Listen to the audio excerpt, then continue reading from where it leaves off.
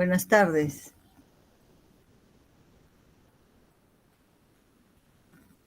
Buenas tardes, doctora. Sí, quería saber si están todos acá, dice 15 y son 20. Ustedes son 21. Voy a tomar lista de los que están ahorita presentes. Por favor, Molle pasa. Edgar.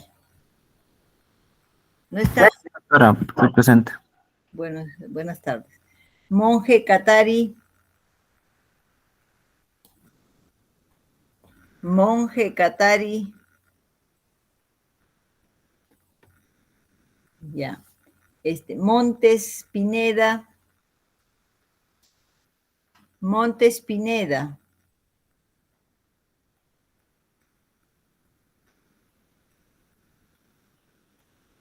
Montoya Velázquez. Montoya Velázquez.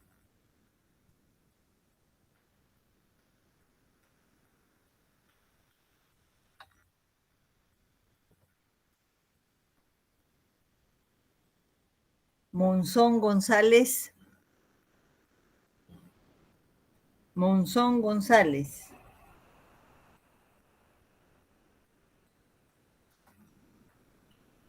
Morrón Bizarreta. Morrón Bizarreta. ¿No están? ¿No hay nadie? Ochante. Amanque. Ochante. Presente, doctora. ¿Quién? Ochante, ¿no? Ya, buenas tardes. Sí, doctora. Pacheco Márquez. Buenas tardes, doctora, presente. Buenas tardes. Pacompía. Presente, doctora. Son ustedes, no queda de otra. Paz Martínez. Presente, doctora. Buenas tardes. Buenas tardes. Pérez Quispe. Presente, doctora. Buenas tardes. Poco Danasa. Buenas tardes, doctora, presente. Buenas tardes. Pilco. Buenas tardes, doctora, presente. Puma. Puma Flores José. Él es el del seminario, ¿no está? Puma Flores José. Mira. Llámelo. Quispe Aronaca. Quispe Aronaca. Quispe Aronaca Xavier. No está.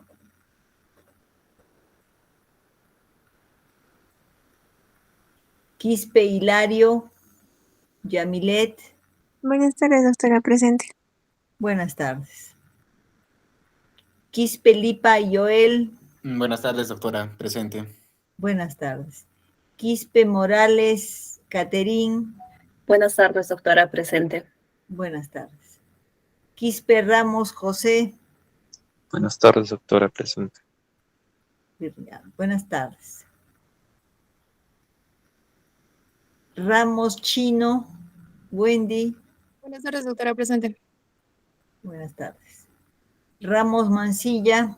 Buenas tardes, doctora, presente. Buenas tardes. Ya, entonces 2, 4, 6, 7 no están presentes, de los cuales uno es el expositor. Adriana Paola Morrón.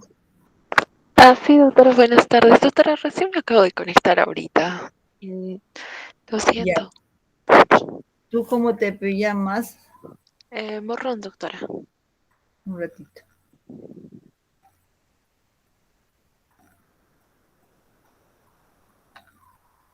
¿Quién más está? Yo, doctora, buenas tardes. Monje Katari. Montes. Monje Katari. Monje Katari. Morrón ya. Monje Katari. No le he puesto. Ah, sí, la segunda. ¿No? Monje Katari, ya. Sí, doctora. Ya está.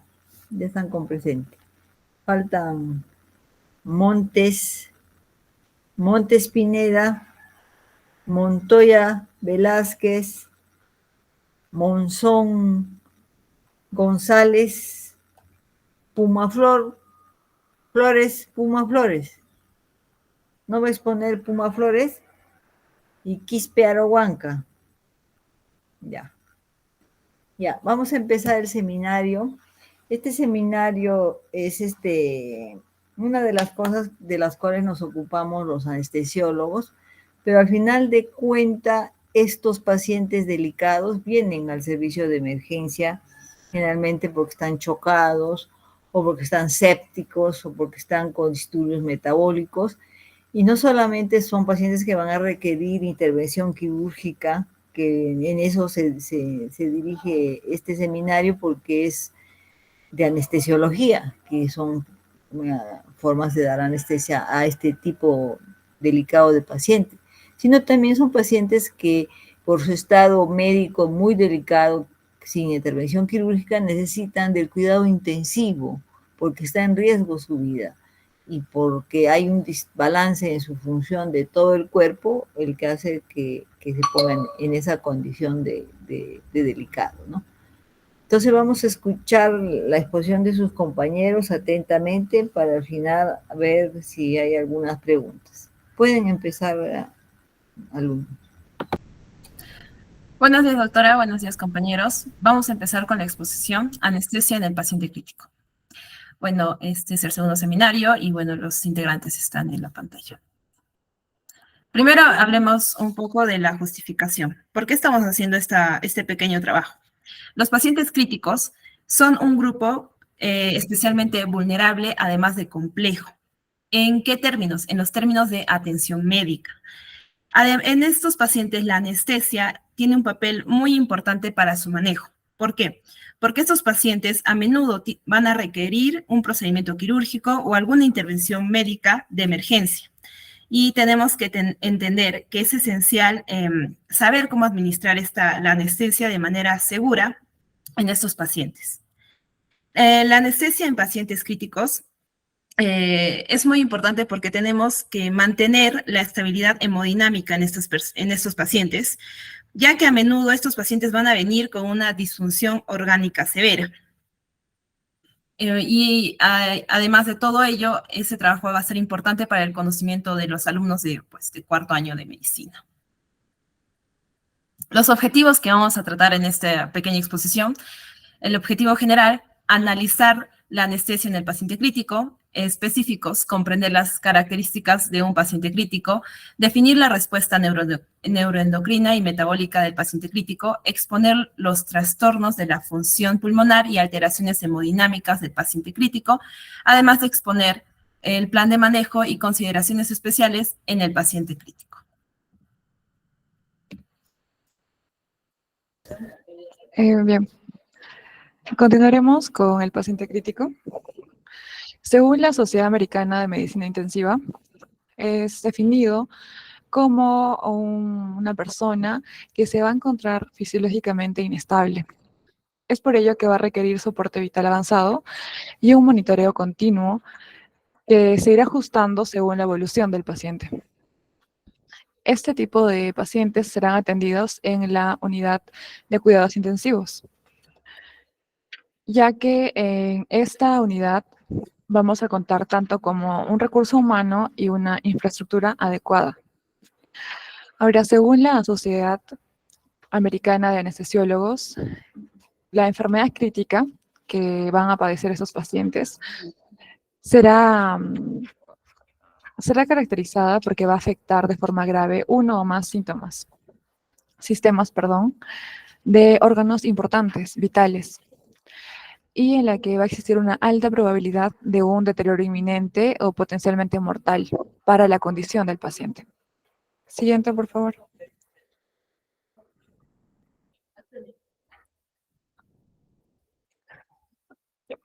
Continuaremos con la respuesta neuroendocrina y metabólica del paciente crítico. Bueno, empezaremos con el componente inflamatorio, el cual va a estar regulado por el sistema nervioso central. las adiposinas y hormonas del tracto gastrointestinal. En el componente humoral destacamos los anticuerpos y las citocinas. Ahora, de las cuales las más importantes serán, por ejemplo, el factor de necrosis tumoral, la interleucina 1, la interleucina 6, y estas van a ocasionar los signos clínicos de sepsis, la pérdida de peso, y van a contribuir a la proteólisis y a la lipólisis. Siguiente. Las consecuencias clínicas de estos cambios inflamatorios será básicamente esta respuesta inflamatoria que va a ocasionar, que como ya lo mencionamos, está regulada por las citocinas, y esta inflamación será de baja intensidad y duradera. Y esto, acotando un poco más de qué exactamente causa o cuál es el motivo de desencadenar toda esta respuesta, será pues, ¿no?, la liberación incrementada de patrones moleculares que van a estar asociados al daño, moléculas como las alarminas endógenas desde los tejidos y órganos que han sido afectados. Y asimismo también van a contribuir a estas consecuencias clínicas los órganos que son afectados y que van a mantener un estado inflamatorio. Siguiente. Ahora, respecto al componente neuroendocrino, este se va a activar en el núcleo, como observamos en la imagen, en la parte azul hay una parte que se denomina el locus coeruleus, o también llamado núcleo paraventricular. En este lugar se va a activar la respuesta y va a alcanzar el sistema nervioso simpático y el eje hipotálamo hipoficiario. A nivel del sistema nervioso simpático, este va a estar encargado del control rápido, ¿no?, de los órganos que están afectados. ¿Mediante qué mecanismo? Mediante la activación de receptores adrenérgicos, debido a las catecolaminas adrenales y de las neuronas postganglionares de este sistema. Y el componente hipotálamo hipoficiario va a participar mediante un aumento, ¿no?, de hormonas, por ejemplo, la corticotrofina plasmática, la tirotrofina, la hormona de crecimiento, la hormona folículo estimulante y la hormona leutinizante. Igual que estas hormonas van a estar mencionadas igual, ¿no?, posteriormente en la exposición. Siguiente, por favor. Bueno, en esta imagen podemos observar en un paciente con enfermedad crítica que va a estar presente la producción de citoquinas por el proceso inflamatorio. Por ejemplo, alteraciones electrolíticas. Va a haber una alteración electrolítica, alteraciones microvasculares, alteraciones metabólicas y fallas bioenergéticas. Por ejemplo, las alteraciones eléctricas al final va a condicionar una alteración en la membrana nerviosa a consecuencia de una despolarización. Las alteraciones microvasculares van a condicionar pasajes de factores neurotóxicos, asimismo extravasación de leucocitos y a nivel endoneural edemas, ¿no?, y con hipoxia. Asimismo, las fallas bioenergéticas van a condicionar una disfunción mitocondrial.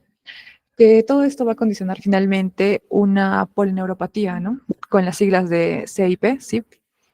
Y por el lado derecho podemos observar que igual, ¿no?, una alteración eléctrica va a condicionar una alteración en la membrana muscular, condicionando una falta de excitabilidad.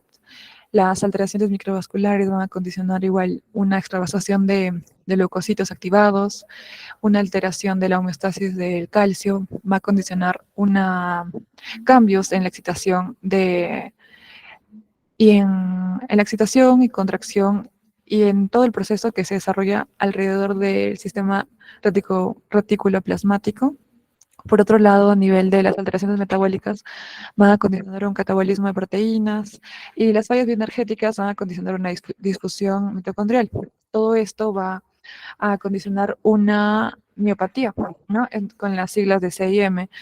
Finalmente, entonces, las neuropatías van a condicionar una denervación del músculo, que esto finalmente va a desembocar en una miopatía. Siguiente, por favor.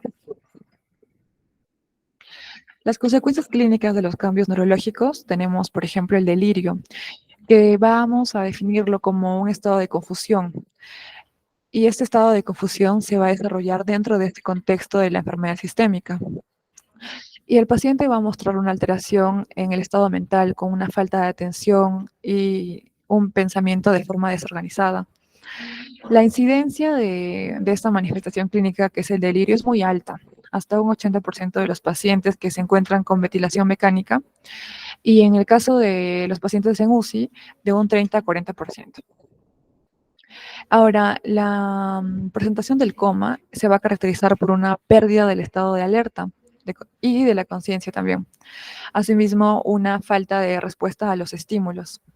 El origen de este estado será básicamente debido a una alteración en la excitación, ¿no?, del tronco encefálico, asimismo en sus proyecciones en el diencéfalo, también en el prosencéfalo basal y la neocorteza.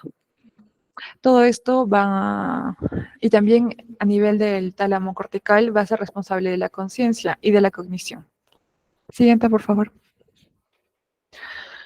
Bien, ahora en cuanto a las convulsiones y el estado epiléptico, las convulsiones, si bien de nueva aparición, son poco frecuentes, pero pueden ocurrir debido, por ejemplo, a un estado de abstinencia de alcohol o algunas sustancias, o también a consecuencia de una alteración metabólica grave.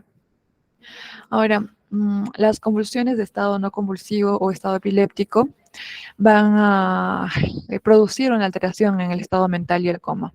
Algunos estudios nos indican que hasta un 20% de los pacientes que se encuentran en estado crítico presentan, y con coma, entonces presentan un estado epiléptico no convulsivo. También es importante hablar sobre el síndrome de encefalopatía posterior reversible, el cual va a estar caracterizado por una cefalea, alteración en el estado mental, va a presentar también el paciente convulsiones y alteraciones visuales. La causa básicamente será una alteración en los mecanismos autorreguladores en cuanto a los vasos cerebrales, que van a condicionar una lesión endotelial, finalmente una ruptura de la barrera hematoencefálica y un edema vasogénico. Siguiente, por favor. También en esos pacientes va a haber trastornos en el sueño. Ahora, es común el dolor en varios estados de la enfermedad en paciente crítico, y esto también va a impedir el descanso, ¿no?, por las noches. Y aquí destacamos, por ejemplo, los estimulantes, las catecolaminas, que van a disminuir el sueño, y en cuanto a las benzodiazepinas para la sedación, también van a disminuir el sueño REM y el efecto reparador del sueño. Ahora, la falta de este sueño va a condicionar efectos perjudiciales para la salud. Por ejemplo, la función cognitiva va a estar disminuida y finalmente se va a producir un delirio. Ahora, en cuanto a la cognición, va a haber un deterioro a nivel cognitivo a largo plazo después de una enfermedad crítica. Aquí destacamos las características de la memoria, atención, la velocidad de procesar la información, la función intelectual y las pruebas visoespaciales van a estar frecuentemente en la mayoría de pacientes afectadas.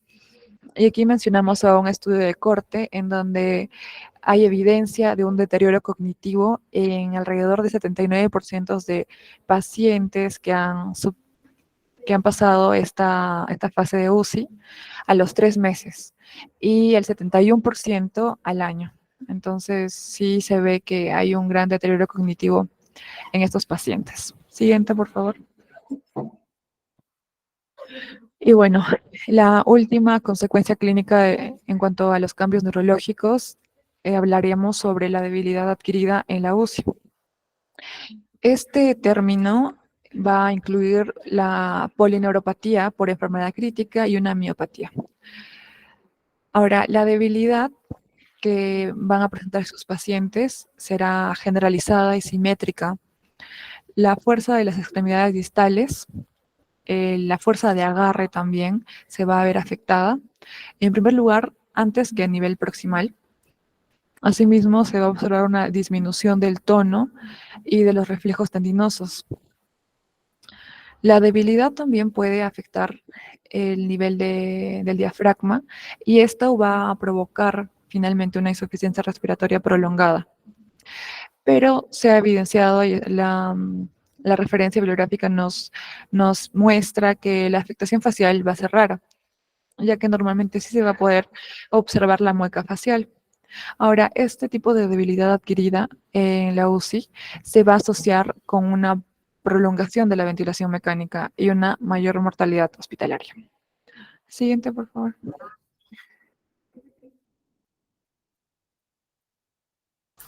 Bueno, vamos a continuar con las consecuencias clínicas de los cambios endocrinos. Primero tenemos que entender cuál es el uso de los sustratos energéticos, ¿no? La oxidación de los macronutrientes va a estar aumentada en una enfermedad crítica.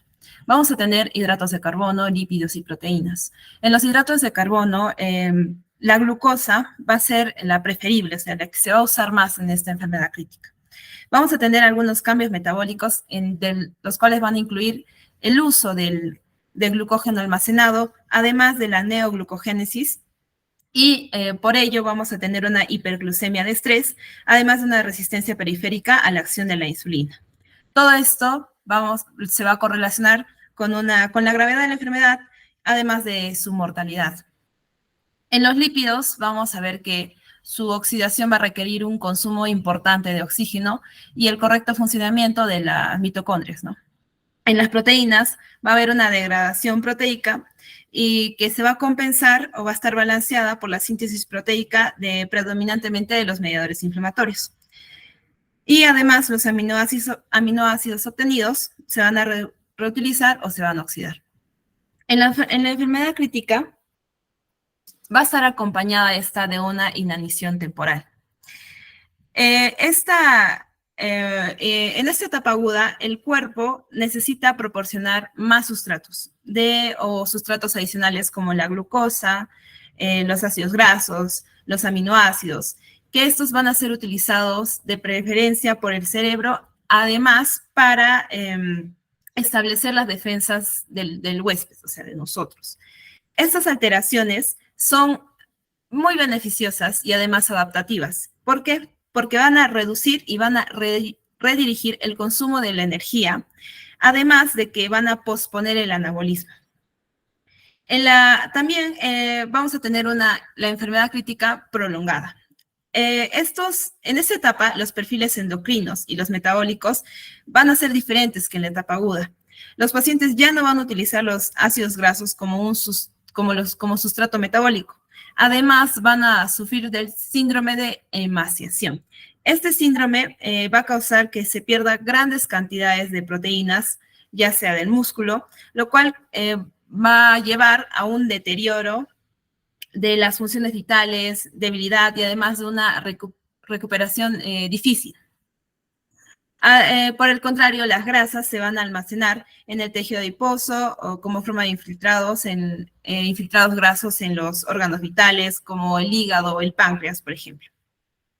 Este síndrome de emaciación va a estar acompañado de una hiperglucemia, de una depresión de agua intracelular, de una hipoproteinemia, de una hipercalcemia, además de una hipertrigliceridemia.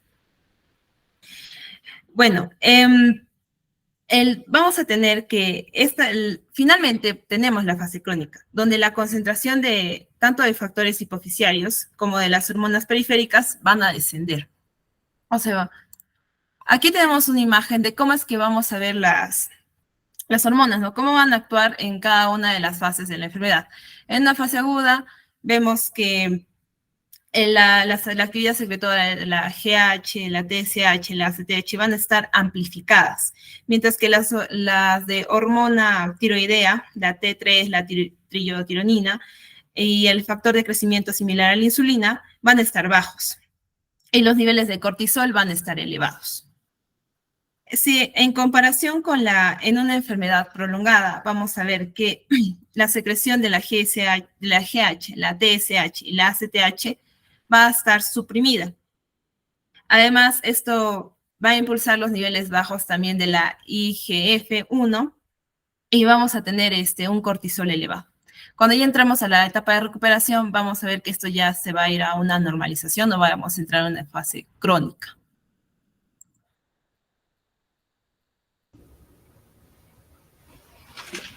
Vamos a pasar a las alteraciones en el componente renal. Dado que el riñón es un órgano metabólico activo, una de las vías que ha recibido mayor importancia es la disfunción mitocondrial y el deterioro del metabolismo energético debido a la deficiencia de la nicotinamida adenina dinucleótido y a la reprogramación metabólica. La reprogramación metabólica se refiere a un cambio de la fosforilación oxidativa a una producción de energía menos eficiente debido a la disminución de oxígeno y sustrato. Las consecuencias de los cambios renales conducen entonces a una acumulación de toxinas urémicas, sobrecarga de líquidos, alteraciones electrolíticas y desequilibrio ácido-base. Siguiente, por favor.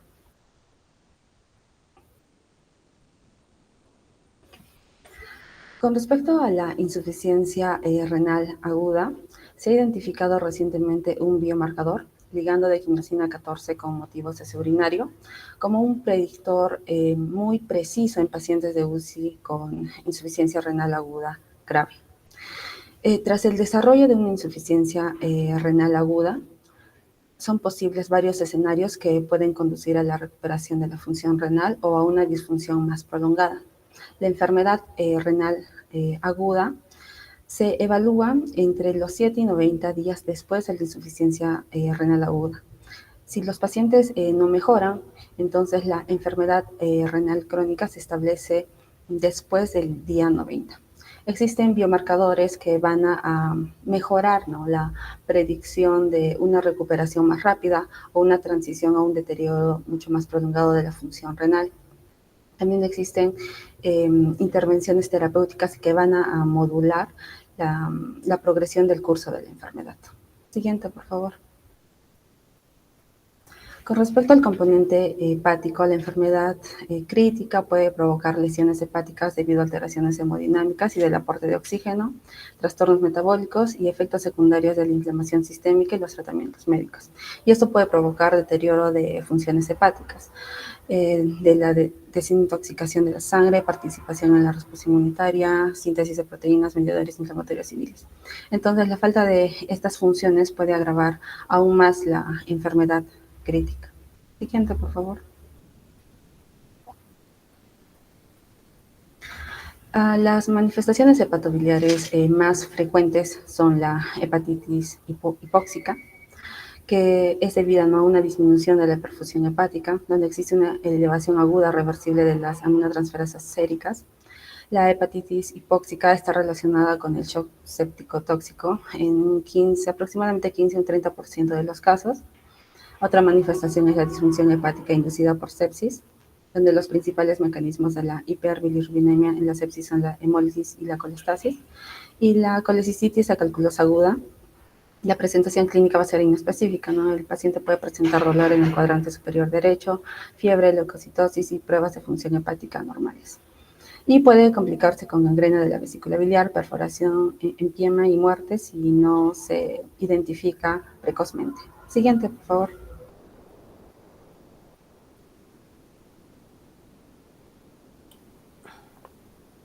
Bueno, continuando con los trastornos de la función pulmonar, lo primero que vamos a ver es la taquipnia. Que en sí, en un paciente que está con shock, esta taquipnia va a responder a diferentes etiologías, ya sea porque el paciente está con un aumento en el catabolismo, que el paciente esté con una acidosis metabólica o por la liberación de las catecolaminas. Lo segundo que hay que recordar es que cuando hay shock, existen dos fases.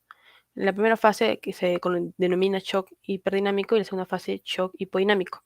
Entonces, en esta fase es donde va a haber un aumento del número de alvéolos ventilados y no perfundidos, que en sí lo vamos a interpretar como el aumento del espacio muerto.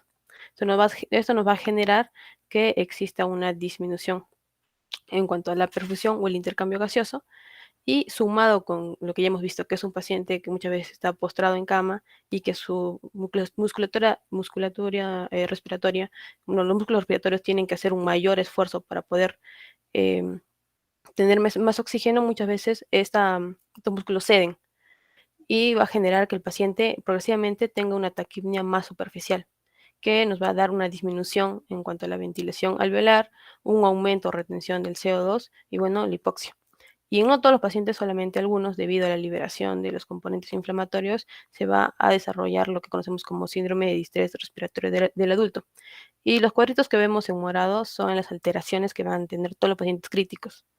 que es alteraciones en la oxigenación arterial, alteraciones en la capacidad de transporte de oxígeno y obviamente alteraciones en la extracción de oxígeno a nivel celular, que en sí, como ya lo mencioné, estos pacientes, debido a todo lo anterior, son más propensos a hipoxia que otros pacientes. Siguiente, por favor.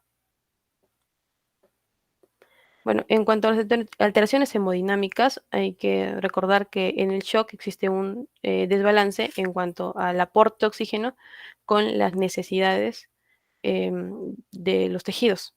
Es por ello que se van a dar en sí 3 fallas. Una falla en la microcirculación, una falla en la macrocirculación y una falla mitocondrial que en sí se va a producir por una fosforilación oxidativa. En cuanto a la falla microcirculatoria, es lo que estamos viendo en pantalla, es ese cuadrito, que lo que vamos a ver, por ejemplo, es que se va a producir una alteración en el glicocálix, que en pacientes normales que no estén en shock o no estén críticos, el glicocálix nos ayuda a que tanto los leucocitos como los eritrocitos no se adhieran al endotelio y que puedan transitar libremente. En cambio, vemos que al estar el glicocálix alterado, estos leucocitos o glóbulos rojos van a comenzar a adherirse en el endotelio y van a hacer que el paciente sea más propenso a tener trombos. Siguiente que vamos a ver que existen alteraciones en cuanto a la forma del glóbulo rojo. Van a dejar de ser estos discos cóncavos que conocemos y se van a volver más esféricos. Esto va a producir también que se les haga más difícil cambiar de forma para poder pasar por los vasos. Y lo tercero que vamos a ver en cuanto a la falla microcirculatoria es que se va a perder la sensibilidad tanto a los vasodilatadores como a los vasoconstrictores. Otra cosa importante de resaltar de la alteración hemodinámica en los pacientes críticos es que va a haber un aumento de la heterogeneidad de la circulación, con lo que me refiero a que en pacientes fisiológicos no todos los vasos están perfundidos al mismo tiempo. Por ejemplo, en cuanto a los capilares, solamente un 30% está perfundido, mientras los demás no. Pero en pacientes críticos, esta heterogeneidad aumenta. Y por ende, va a haber diferentes daños producto de esta isquemia reperfusión, como pueden ver en pantalla, y la hipoxia tisular. Entonces tenemos hipoxia tanto por estos fallos microcirculatorios como por las alteraciones a nivel pulmonar. Siguiente, por favor.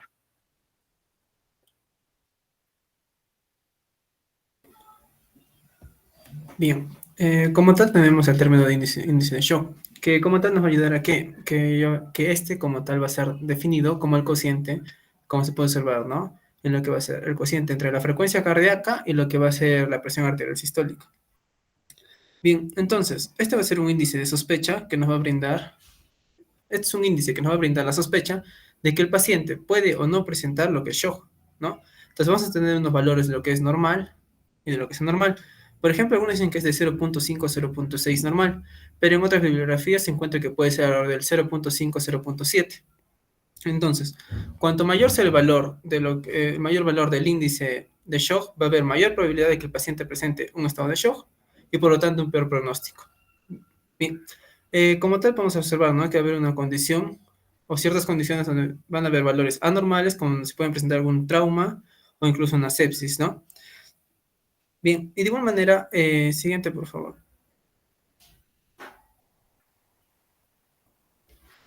Bien, de igual manera, lo que son, o sea, como sabemos, ¿no? El shock va a depender o va a ser un diagnóstico que se va a basar en lo que van a ser signos clínicos, también lo que son en los signos clínicos hemodinámicos y lo que son bioquímicos. Entonces vamos a tener, digamos, algunos componentes de suma importancia, ¿no? Que en primer lugar vamos a tener lo que es la hipotensión arterial sistémica, ¿no? Que va a estar basada en ¿qué? En lo que va a ser la presión arterial sistólica, cuando va a ser menor a 90, o cuando la presión arterial va a ser menor a 70. Vamos a los signos clínicos, ¿no? Como podemos encontrar que hay signos clínicos de lo que es por ejemplo, la hiperperfusión tisular, ¿no? Que van a tener algunas manifestaciones, como van a tener unas manifestaciones en referencia, digamos, por ejemplo, a lo cutáneo, como puede ser una piel fría, una piel húmeda, e incluso, ¿no? Con presencia de vasoconstricción y cianosis. O, por ejemplo, tenemos también unas manifestaciones a nivel renal y neurológico, ¿no? Que puede ser lo que es el estado mental, como tal va a estar alterado. Puede ver también, ¿no? Lo que van a incluirse lo que es la omnibulación, la desorientación, incluso la confusión. Y por último tenemos en tercer lugar que vamos a tener lo que es la hiperlactatemia, que va a tener un valor de mayor a 1.5 milimoles por litro, en la que, por ejemplo, va a ser la insuficiencia circulatoria aguda, ¿no? Siguiente, por favor. Bien. Antes de detallar lo que es selección oportuna quirúrgica, detallar que lo que es el índice de shock va a tener una sensibilidad de alrededor del 75% y una especificidad del 86%. Entonces nos brinda, como dije, ¿no?, una idea de si el paciente va a presentar el shock y cuál va a ser su pronóstico. Bien, por ello tomemos el término de elección de oportunidad quirúrgica, ¿no?, que como tal, además de los riesgos habituales, en lo que respecta a los pacientes críticos, van a existir algunos riesgos adicionales, ¿no?, que van a estar asociados a lo que va a ser la condición fisiopatológica del paciente. Entonces, por ello se tienen que tomar distintas acciones para reducir el riesgo, ¿no?, de que este procedimiento quirúrgico o la cirugía traiga complicaciones, ¿no? Como vamos a tener, y por ello tenemos que tomar algunas condiciones, que van a ser limitar la duración de la operación, el control estricto de la hemostasia, la prevención de complicaciones, el tratamiento rápido y la cualificación de los cirujanos y anestesiólogos, ¿no? Entonces, todos estos términos acá van a ser de suma importancia. Bien, y además de ello, tomar en cuenta que las indicaciones y el momento de la cirugía en pacientes críticos va a ser una cuestión digna, de lo que hace una discusión, ¿no? Entonces, esto va a depender mucho de los que van a ser los cirujanos, los anestesiólogos, todo el componente médico que se involucre en esta operación, ¿no?, que van a tomar la decisión adecuada. Siguiente, por favor. Bien, sí, así como dije, no es una cuestión digna de la discusión muy especial, ya que en esta discusión participa no solamente el conocimiento previo de lo que van a ser, por tanto, de los doctores, anestesiólogos y el equipo de trabajo en la cirugía, sino también un ámbito también ya lo que es a través de la experiencia que van a tener los mismos doctores, ¿no?, y el grupo médico que va a actuar, que ya van a tener, o sea, como tal, la referencia de cómo, en qué momento deberían hacer distintas indicaciones. Por ello, ¿no? Entonces, por ello las indicaciones y el momento de lo que va a ser la cirugía en pacientes críticos va a ser una cuestión, lo que va a ser una situación propia de la determinación del personal médico, que tiene que ser curativa o puede ser también razonable paliativa. Entonces, las enfermedades que van a requerir cirugía deben incluir incluso los factores de un nuevo resultado de una noxa. Bien, y además también tenemos que destacar que, por ejemplo, puede haber el problema, por ejemplo, de una anemia, que incluso no pueden desalentar a la actuación o que se realice la cirugía. Entonces se tienen que intentar lograr los objetivos se tienen que intentar lograr los objetivos, cumplirlos para que no retrasen como tal lo que va a ser la operación, ya que esto puede convertirlo en una operación de emergencia, incluso puede causar un mayor deterioro del paciente, ¿no? Siguiente, por favor.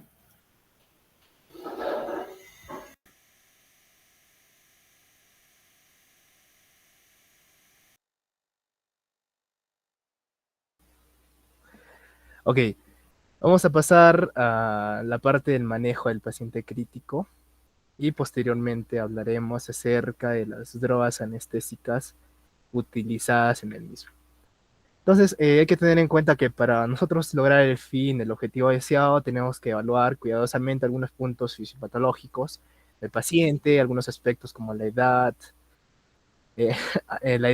como el sexo y otras cosas que tenemos que hablar dentro de la historia clínica del paciente, pero en el caso de los pacientes críticos tenemos que evaluar más que todo el estado de hipoxemia del paciente, que es lo que hemos visto anteriormente, que es la afectación más grave, ¿no? Entonces, el principal objetivo sin duda va a ser mantener la perfusión tisular para asegurar la llegada de oxígeno a cada uno de los tejidos. De manera general, como dice en el slide, todos los anestésicos disminuyen la poscarga cardíaca, lo que permite una mayor llegada de oxígeno a los tejidos. Además, también ayudan a incrementar la fracción inspirada de oxígeno, lo que en general favorece la oxigenación celular. Entonces, hay algunos aspectos fundamentales que tenemos que contemplar en el monitoreo del paciente crítico. Por ejemplo, tenemos que tener en cuenta las consecuencias del acto quirúrgico en sí, los problemas relacionados con la enfermedad de base y las alteraciones asociadas a la administración de las drogas anestésicas. Entonces, para nosotros medir esto, tenemos que tener en cuenta algunos parámetros. Como podemos ver, tenemos que medir la presión arterial. La presión arterial es un dato de gran importancia frente a la inestabilidad hemodinámica característica del paciente crítico.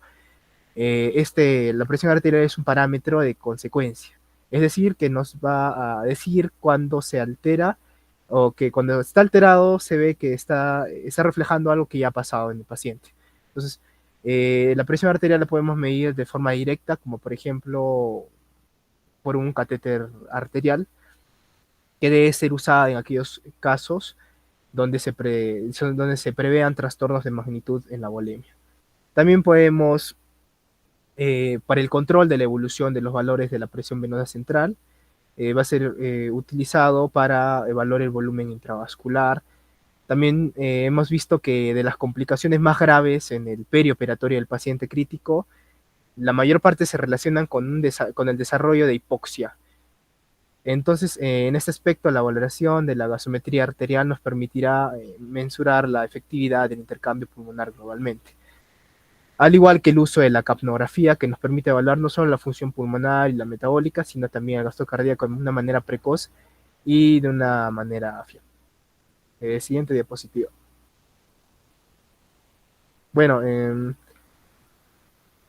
pasemos a lo que es la parte de las drogas anestésicas, las principales drogas que hemos abordado nosotros. En general, la técnica anestésica debe de individualizarse a cada paciente. Cada paciente es una patología distinta y tenemos que individualizar las drogas que vamos a usar. Tenemos que tener en cuenta tanto el procedimiento quirúrgico que se va a realizar, el estado físico del paciente, los efectos farmacológicos de cada agente y su posible respuesta normal. Por ejemplo, en el caso de un paciente politraumatizado con hemorragia que pudiera tener una contusión cerebral con hipertensión endocraniana y edema, probablemente no utilizaríamos la ketamina como una droga anestésica porque esta podría incrementar estos problemas. En tanto, se podría usar otro tipo de drogas. Dentro de los principales fármacos que hemos visto, vamos a tratar aquellos agentes inductores, aquellos bloqueantes neuromusculares, aquellos anestésicos inhalatorios, opioides y drogas vasoactivas. Siguiente. Ok, dentro de lo que son los agentes inductores, vamos a tener en cuenta que la droga inductora, la ideal, debería producir una inducción rápida, suave y segura, causando mínimos efectos depresores hemodinámicos y ventilatorios. Además, debería mantener la relación dosis-respuesta. Dentro de los agentes inductores que hemos visto, principalmente tenemos a tres: el midazolam, el propofol, y en especial el letomidato que se usa más. Hay que hablar de él, hay que decir que es un derivado del imidazol, tiene un efecto hipnótico de comienzo muy rápido que dura 10 segundos y una acción corta de 5 minutos. Además tiene propiedades anticonvulsivantes y protege los tejidos cerebrales del daño tisular inducido por hipoxia. También tiene otras propiedades, ¿no? Disminuye la presión intracraneal, además tiene un efecto mínimo sobre las funciones cardíacas y circulatorias. Es el anestésico con menos repercusión a nivel hemodinámico. Quizás eso le va a dar, y eso y todas las propiedades que tiene lo han convertido en la primera opción para la inducción en estos pacientes críticos y en general en procedimientos rápidamente de tornos prehospitalarios, de emergencia y de cuidados intensivos. Después tenemos al propofol, cuya acción es breve, también se trata en emergencia rápida, porque tiene propiedades antieméticas y propiedades antioxidantes. Provoca menos depresión de contractibilidad cardíaca, pero mayor depresión en la resistencia vascular sistémica. Y también tenemos el midazolam, que es de inducción suave, sin depresión cardiovascular, aunque en hipovolemia no restituida puede encontrarse depresión miocárdica, disminución de la presión sanguínea y de la resistencia periférica dependiendo de la dosis. Siguiente. Bueno, vamos a continuar con los bloqueantes neuromusculares. Se busca es necesario buscar el relajante que no agrave las condiciones de hipoperfusión por la liberación de histamina impuestos en la respuesta metabólica a la injuria. Entonces, vamos a tener al rocuronio, que tiene un perfil farmacológico que permite que sea utilizado en el paciente politraumatizado, traumas y distintos tipos de trauma complejo cráneo maxilofacial y en pacientes con quemaduras. Es útil para maniobras de secuencia rápida con reportes de condiciones de intubación excelentes y buenas de 60 a 90 segundos. También tenemos como otra opción al cisatrocurio, permite condiciones de intubación endotraqueal buenas hasta en 60 segundos de latencia, con poca o nula repercusión hemodinámica. Tenemos el becuronio, indicado en pacientes con afección ocular, neurológica o extracraneal, así como en aquellos pacientes con quemaduras faciales extensas. Y también tenemos a la succinilcolina, ¿no? que tiene características farmacológicas similares, pero que debe evitarse en pacientes quemados, con denervaciones musculares, traumatismos importantes y atrofias por desuso. Siguiente. Pasaremos a hablar de los anestésicos inhalatorios. El anestésico inhalatorio ideal, ¿no? Obviamente va a ser el que alcance concentraciones anestésicas rápidas, de manera rápida a nivel cerebral, sin causar depresión miocárdica ni depresión respiratoria. Los agentes más usados son el sevoflurano y el desflurano. Las características farmacocinéticas de estos anestésicos volátiles les van a conferir que sean de una buena elección para la sedación en pacientes en UCI, al permitir una valoración rápida del paciente y un despertar, extubación y alta más rápido. Estos anestésicos difieren notablemente de aquellos otros agentes como el isoflurano o el alotano, que este último ya no se usa.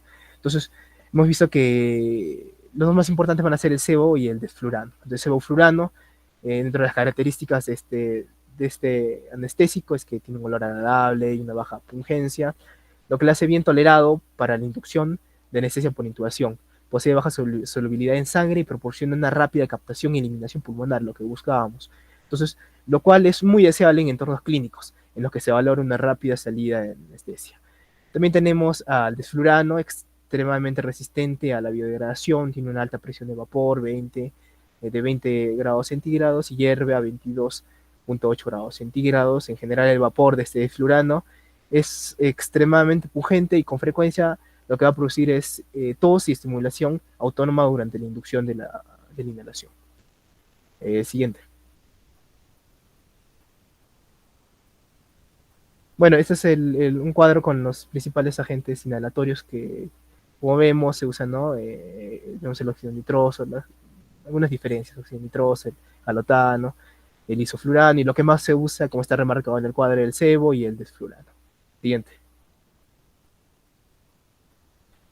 Bueno, vamos a continuar con los opioides. El uso del fentanilo, el remifentanilo, el sufentanilo en pacientes críticos se enfoca más que todo en el alivio del dolor, en la sedación y en la gestión de las necesidades anestésicas en situaciones médicas críticas, como en unidades de cuidados intensivos y procedimientos quirúrgicos. Entonces, vamos a hablar un poco acerca de cada uno de ellos. El fentanilo es un opioide muy potente, usado para el control del dolor en situaciones críticas, en traumas, en quemaduras graves, y para sedación en pacientes con ventilación mecánica en UCI.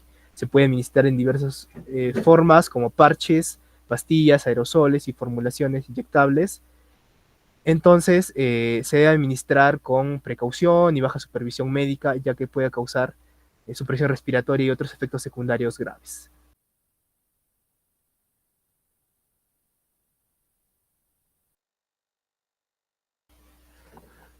Bueno, vamos a continuar con el remifentanilo. Se diferencia porque este tiene una corta duración de acción, lo que lo hace adecuado para situaciones en las cuales se requiere un rápido inicio y un cese de efectos.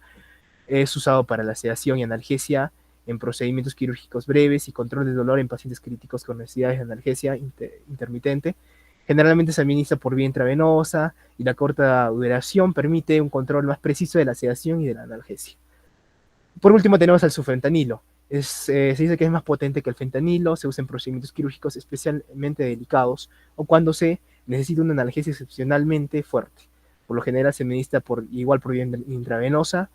Debido a su potencia extrema, el sufentanilo debe administrarse con sumo cuidado y monitorización continua debido al riesgo de supresión respiratoria y otros efectos adversos graves. Siguiente diapositiva. Bueno, por último tenemos algunas drogas vasoactivas que muchos pacientes internados en UCI, en terapia intensiva, requerirán de la administración de algunas drogas vasoactivas durante su permanencia en unidad. En sentido amplio, estos agentes generalmente se pueden clasificar en agentes vasopresores o en agentes sinotrópicos, dependiendo de la función que queramos, ¿no? Las drogas vasoactivas más frecuentemente utilizadas son los agentes adrenérgicos. Estos agentes adrenérgicos ejercen, más que todos los beta-adrenérgicos, ejercen sus acciones por activación de los receptores alfa-adrenérgicos, beta-adrenérgicos y dopaminérgicos, siendo sus efectos tanto beneficiosos como detrimentales, dependiendo de receptores específicos a través del receptor en el cual van a actuar, ¿no? Los agentes vasopresores aumentan la presión arterial media, lo que aumenta la presión de perfusión orgánica y preserva la distribución del volumen minuto cardíaco en los distintos órganos. Dentro de los principales agentes vasopresores tenemos a la dopamina, la noradrenalina, la adrenalina, la fenilefrina y a la vasopresina. Siguiente. Bueno, para terminar, consideraciones especiales en el paciente crítico. Bueno, los riesgos habituales de la cirugía se van a sumar a los riesgos inherentes del estado fisiopatológico del paciente, de la enfermedad subyacente que tenga el paciente. Entonces, todos aquellos actos que tiendan a disminuir los riesgos anestésicos quirúrgicos, ya sea la limitación del tiempo, ya sea el control de la hemostasia, prevención o prototratamiento de las complicaciones, y fundamentalmente la aptitud del cirujano, del anestesiólogo van a influir también en el estado crítico del paciente. En general es poco probable que el paciente crítico que debe ser intervenido se alcance en condiciones ideales post cirugía, y si bien el logro de estas posibilita mejores condiciones de sobrevida, muchas veces el tiempo perdido en determinar nuevos estudios o pruebas terapéuticas aumenta la falla orgánica. Siguiente diapositiva.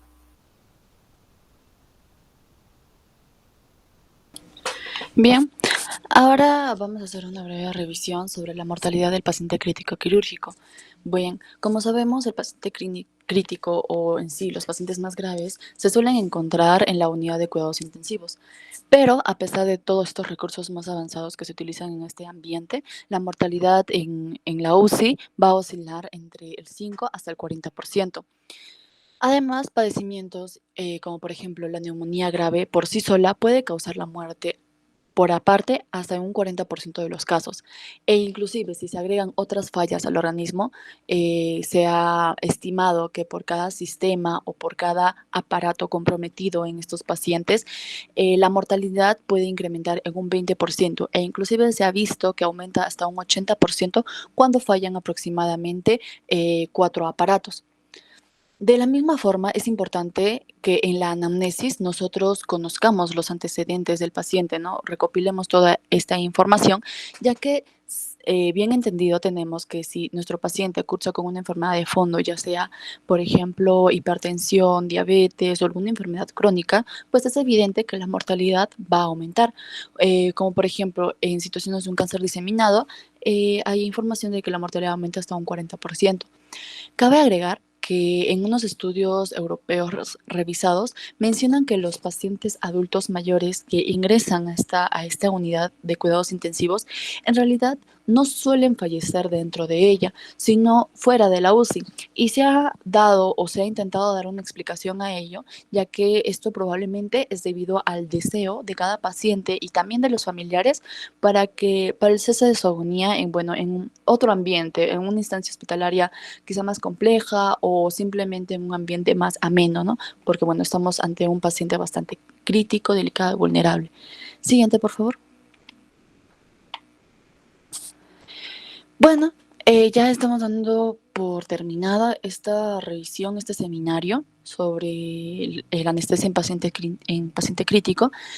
Y a partir de ello vamos a dar una respuesta a nuestros objetivos iniciales, nuestros 4 objetivos específicos.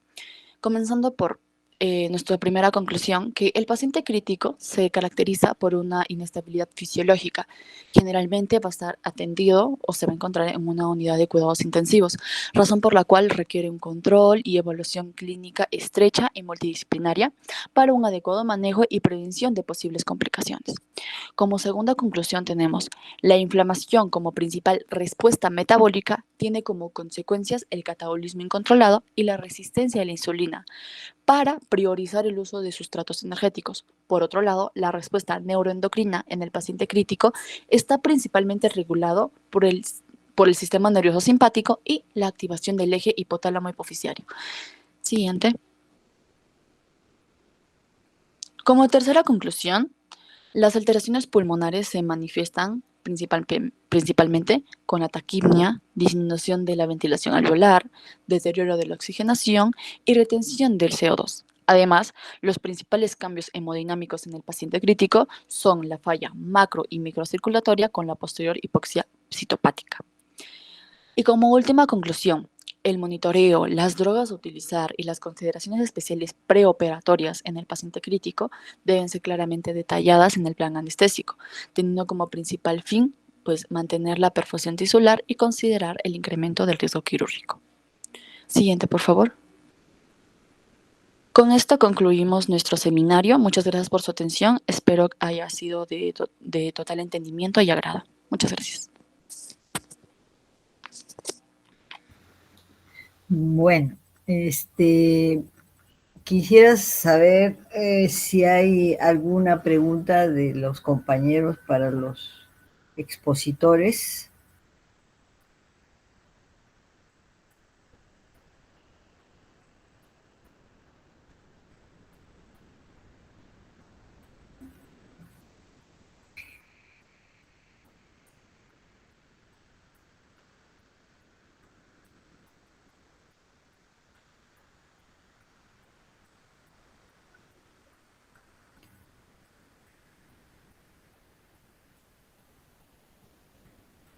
Miluska, ¿te encuentras en el seminario?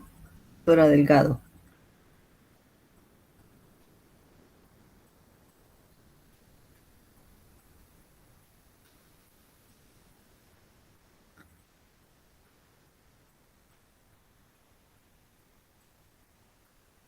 Bueno, creo que no se ha podido conectar por alguna circunstancia. Yo lo que quiero resaltar del seminario es que el paciente es un paciente que está en un riesgo de morir, por eso es crítico, ¿no? Y entonces el tratamiento para ellos es viendo no solo pues la presión arterial y la oxigenación, sino el trastorno metabólico que trae como consecuencia de todas esas lesiones que se ocasionan por las sustancias que se están liberando debido a este proceso de las respuestas que hay en todos los órganos, ¿no? Y por eso es que en algunos momentos se le habla que el paciente está en falla multiorgánica, próximo a fallecer.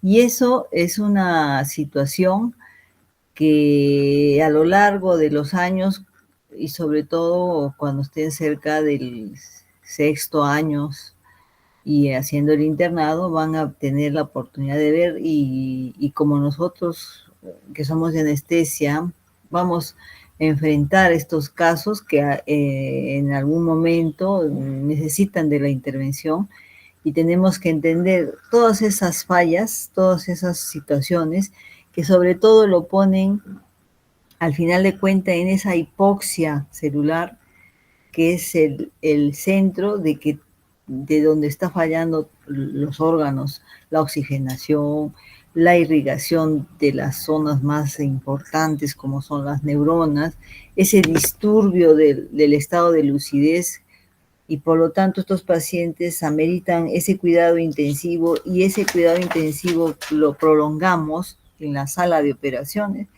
porque tenemos la particularidad de tener un monitoreo invasivo también.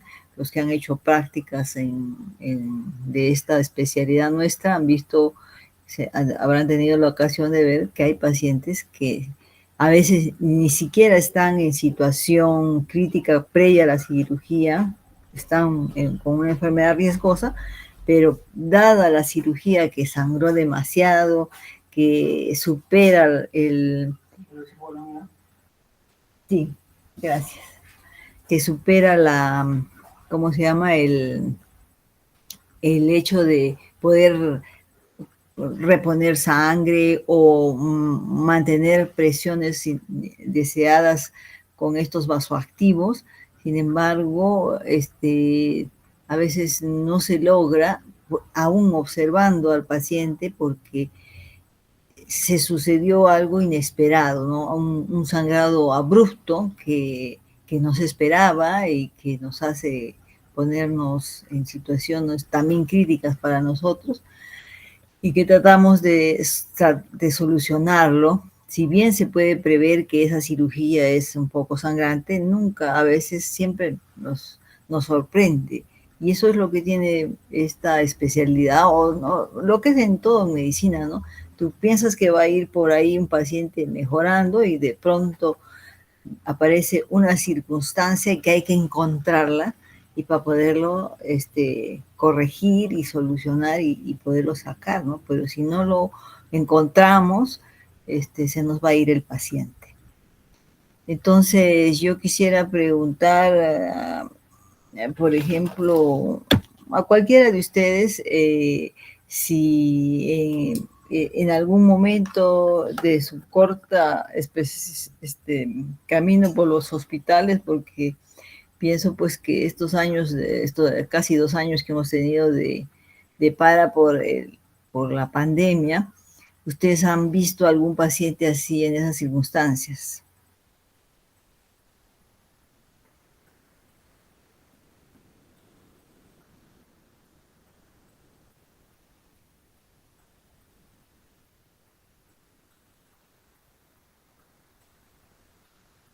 De los que han expuesto o los que no han expuesto y están ahí, ¿no? O sea, si han visto un paciente así que está delicado, con mucha probabilidad de fallecer. Doctora, cuando rotamos pediatría, entramos a área de cuidados intensivos. Ya. Y ahí había pacientes con catéter venoso central. Pues, por ejemplo, los pacientes pediátricos son pacientes, como les digo, son pacientes que tienen una particularidad, el hecho de que, dependiendo de la edad, son pacientes de mayor cuidado, se hace casi lo mismo porque tiene la particularidad de ¿cómo se llama? De que son los mismos órganos los que se van y se va reduciendo las dosis porque hay por kilo de peso, lo que solemos pasar, y eso nos permite pues estar en un constante cuidado de ellos, y son asombrosas a veces las recuperaciones en estos niños, pero así hasta el más pequeñito, el recién nacido, se le puede hacer un monitoreo invasivo, se le pone ventilación mecánica.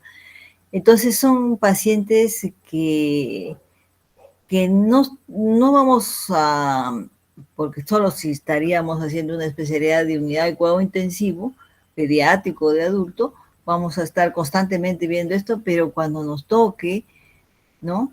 Saber reconocer, saber dónde están los focos donde se pueden ir malogrando, e ir tratando de ir dando el enfoque terapéutico a eso, ¿no?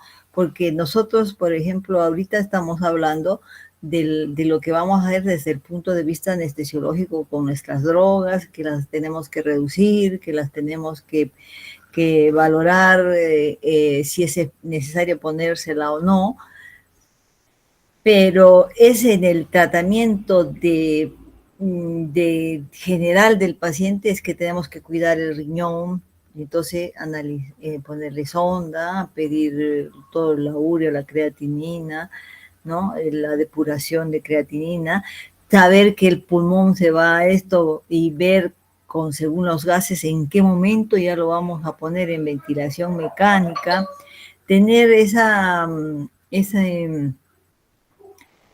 preocupación que yo quiero que se la guarden, que se sepan que todos los órganos se complican, el cerebro, el riñón, el corazón, el pulmón, la circulación genérica, o sea, hasta de los microvasos, ¿no? Por eso se forman zonas de trombosis, zonas de vasoconstricción.